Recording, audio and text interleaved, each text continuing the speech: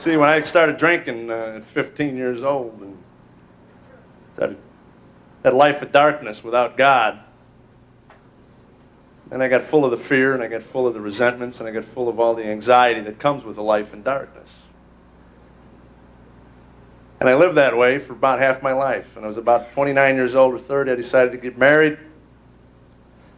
And we had a child right away. And nothing will bring out the true you more than an infant, a baby. And I remember I quit drinking probably 12 years ago. And I had a friend of mine about 3 years into that particular journey asked me what was the catalyst. What was so overwhelming that gave you the courage to stop drinking?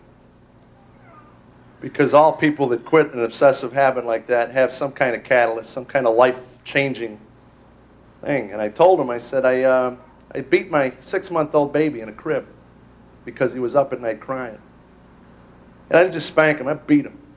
And I kept beating him until my wife finally got him away from me.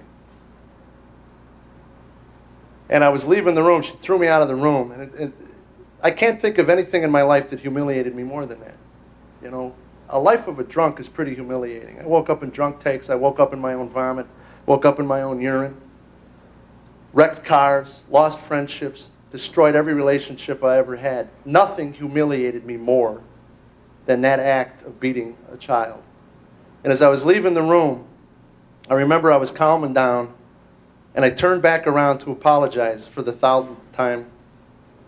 And as I was walking towards her, she had the baby, and the baby was looking over her shoulder. And as I was walking towards her, I'll never forget the eyes on that child.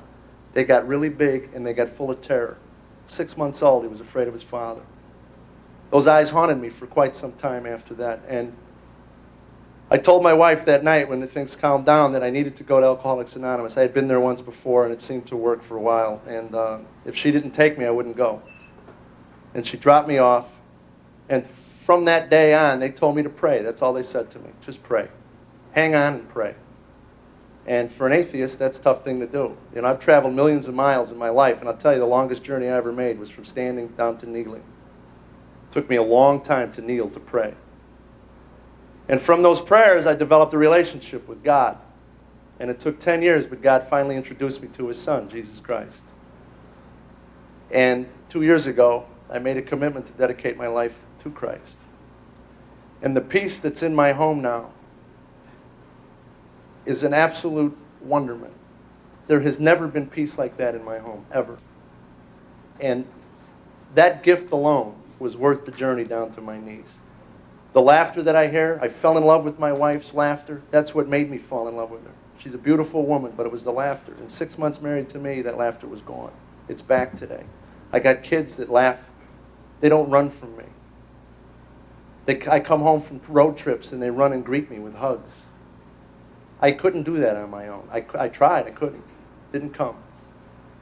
There is a creator. Genesis tells us that.